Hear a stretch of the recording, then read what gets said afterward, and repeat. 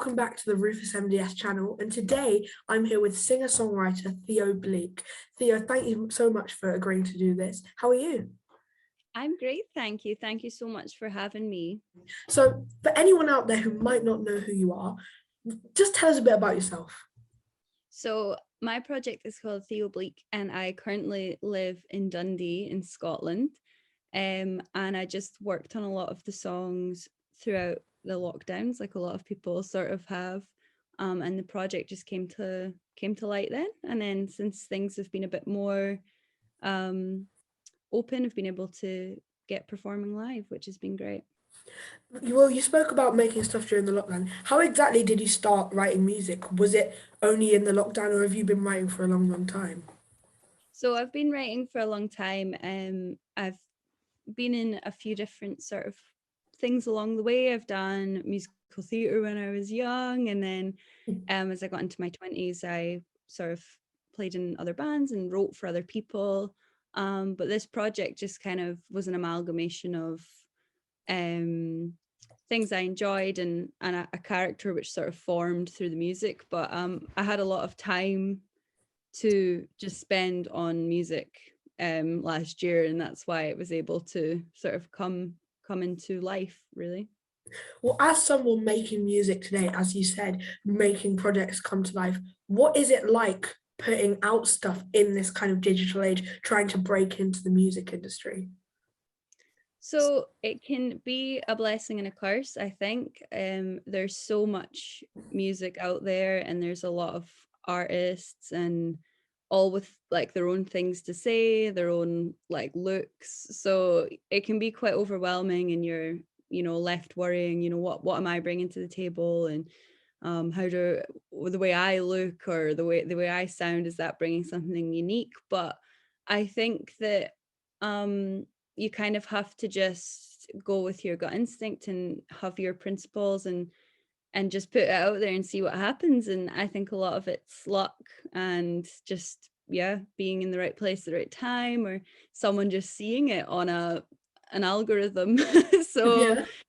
you just have to kind of go with it and believe in what you're doing, I think. Well, it must be kind of just a surreal experience, just going out and doing it. But I really respect you for just going out and doing your thing. You spoke about, it being overwhelming and thinking about what you're bringing to the table. Obviously, trying to find your own niche and feeling like you need to stick in that could be jarring. But who has influenced you to start making music and do it in this way?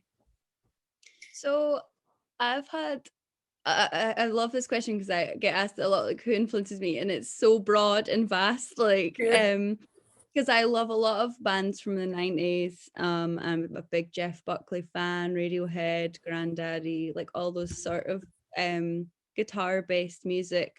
But I also love a lot of singer songwriters like Benny, Karima Francis, Stella Donnelly, like things which has got like impressive stacked harmonies and, like really floaty top lines. So I think like I'm not one of those people that's like, yeah, like I only like bands from the past, or like I only like, I think that people are bringing out stuff all the time, which is really inspiring. And a lot of what I like is just, if I like the vibe, like I don't care if it's been recorded on a Yeah. phone or if it's been recorded in a multi-million-dollar studio, like it, you know what I mean, if it's got like something really behind it. So I do like the internet for that though, because people are quite creative with putting music over their own videos and stuff. So I've found a lot of artists just from like apps as well, which has been great. But Yeah. yeah, very broad influences.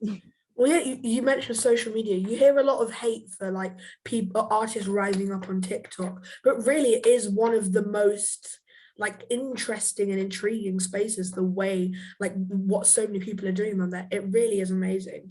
But you cited Radiohead, which have a wide broad on sounds. They really don't keep themselves in too much of a box. Do you see your sound evolving at any point? Yeah, I absolutely hope it does. I think that, oh, exactly what you've just said about Radiohead. I like that each album has something different, and like, but that's kind of like life. Like, each year or passing time, things in your life that are happening are different. So I don't think you should ever really box yourself in, because you never know how you're going to want to portray that in your music or sound. And I think it's important to keep an open mind. So that's what I've kind of done. Like I'm happy to work by myself, but also like love having people, you know, write with me, or because it's just, you just never know what's around the corner. That's what I Yeah. think. You never do know what's around the corner. And recently, what you've been doing is you were on the Joseph UK tour. That's how I found out about you, and that's how I've been listening to your music. You've released the Paper, Feels Like Rain, and the It's Also Bleak EP, which really is great. How did being on the Joseph tour come about, and what was that like? So I was just really lucky to be asked to join Joseph on the tour. I know him a wee bit, so it was a very, just, yeah, very lucky to get on board on that. And the tour itself was absolutely amazing.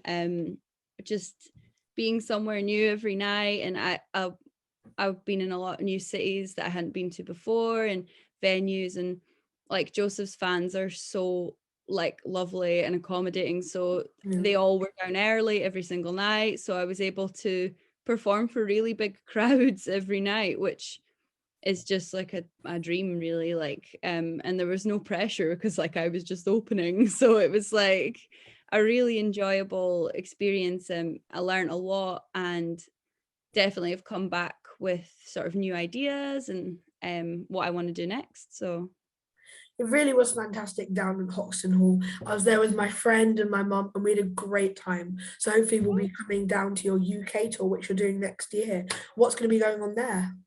yeah, so very excited. We announced that when we got back from the tour with Joseph. So it's a 5-day tour. So it's starts in London, at Paper Dress Vintage, and then we go up to Birmingham, Manchester, Edinburgh, and Glasgow. So it's 5 days, which is like a lovely amount of time to kind of get into the swing of it. So really looking forward to that, and hoping that a couple of people we picked up along the way will come to the shows. So Yeah. Will we have any new music by then? Like, what does the future look like for the Theo Bleak project in the near or distant future? yes, so I don't know if it's secrets or not, but I'll just tell you. We've got a nice little surprise coming out in a few weeks, which is going to be Ah, something nice for everyone. And then after that, there'll be a couple more songs, I believe, before we go out on that tour. So there'll be lots of music, and hopefully people will have some time to sit with and listen to.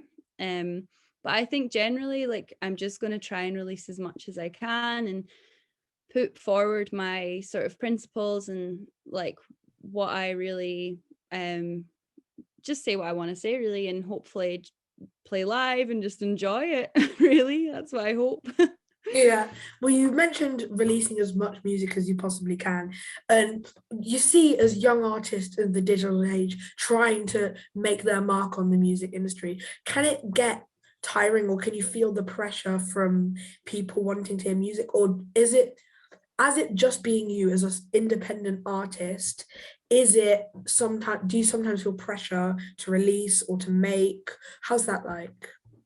So I totally see what you're saying, and I'm actually almost opposite. That I'm sitting on a lot, and I've been sitting on things for quite a while, so I'm quite desperate to just like get it out there and let people hear it, and so I can kind of get on to the next thing. But I do think probably one thing you do feel more pressure with is like keeping people engaged with you when you aren't releasing, or you've got a wait before something, and you don't want people to forget that you're, will be doing something. And Mm, again, just a lot of like image based sort of that aspect of it, which I think could probably be quite draining, like, because obviously everyone has weeks where they don't feel as great about themselves, or you're tired from just living.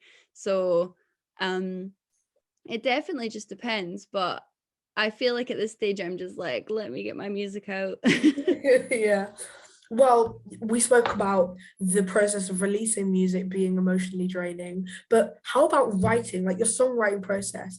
A lot of your songs have spoken about emotion, relationships, all very emotional topics. Can it not get like quite draining to be talking about all these must be upsetting experiences for you? I think, yeah, I think in some ways it can be a bit draining, but I've always found throughout my whole life that that when I can channel it into songs or into music or that sort of process, that I feel like that's a very comfortable time for me, and it helps me process my thoughts and calms me down. And obviously some things that go on in life are very upsetting, and some of the stuff I've spoken about in my music and stuff that's still not even been released, like, but then I feel glad that I've made it into something tangible that hopefully people can relate to. So I think it just depends the frame of mind you're in, and what you're talking about. But um yeah, it can, again, it can be cathartic, or it could be, a bit stressful Yeah. when it's not coming together the way you want it to. But Yeah, it can be therapeutic, but talking to lots of different artists and seeing their processes, I just wondered how do you write songs? Do you just get an idea and end up splurging it all onto a page, or do you take time and really try to build and structure a song? so again, it's so varying, because for me, I'm really lucky that I can kind of write in my head. So if I have have an idea, or like a concept, or even just one line, I often can kind of like hear it in my head and what I want to do with it, and hold on to that until I can, get to the studio or get to my guitar or whatever. Um, but yeah, it just depends, because some songs, like, we will like sweat over, like, Mm. for, seems like weeks. Sometimes it's not coming together or how you want it, and some things you just kind of have to put away for a bit. You've maybe, it's just like it's not ready yet, and maybe I'll come back to it later. And other things, honestly, like, cliche but write themselves, like, you Yeah. really do feel like someone has possessed me, and I am, just, this is just coming out of me. So it just totally depends. And I work closely with a person called Mark, who produces a lot of my music and is a multi-instrumentalist himself. So we've written together for a very long time. So we've got quite a good relationship and bond about where we want a song to go, or like, if one of us have a vision for something. So yeah, it just depends again. Yeah. And I know it's a very cliche question, bit of a random one, but if I don't know you introduced yourself before, but you're talking about your songwriting process, your music, your future, all of these things. But if you had to say like 5 words to one person, say what is Theo Bleak, what would you say?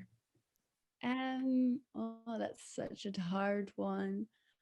In 5 words. I guess it's pretty gloomy, relatable, um, nostalgic. I hope the sounds in it. I don't know what else. You've put me on the spot with this one. Sorry. I, I know that's okay. I think, yeah, I think those sort of three concepts, though, I really wanted to put across, that the project is a safe space for people, that I'm approachable. That's another good word. And um dark but hopeful. I think that my music is, yeah, bleak is probably a good word for it, but I often have like messages of, like, solidarity and like hopefully solutions to things, and that life goes on. It's what I mainly think. But yeah, you can pick from those words. Well, thank you so much for coming on here. I've really had a great time, and it's been great to have some insight into you, who I believe you're a really cool up and coming artist who I'm sure we're going to be seeing a lot of over the next few years. And I think everyone should be streaming Feels Like Rain and Paper, and really just actually, where can they find you? So you can find me on Spotify, iTunes, SoundCloud. I have a lot of extra sort of bits and pieces up on there. And then obviously all the sort of social media platforms, YouTube and Instagram, stuff like that. So I'm about on the internet. But yeah, everyone get following Theo and get seeing what's going to be coming up, because as we've heard, it's going to be really, really exciting. You can follow me at Rufus MDS on YouTube, Instagram, TikTok, blah, blah, blah, pretty much the same, all the things. And as the final question, why do you create? Why do you make music? I just feel an innate drive to create. I've always felt like I want to say things in a way that framed in a different way to maybe others. I think we've got a very short time on earth, and I would like to give my perspective. I think that's probably why I do it. Thank you so much for doing this, and thank you everyone for watching. Bye.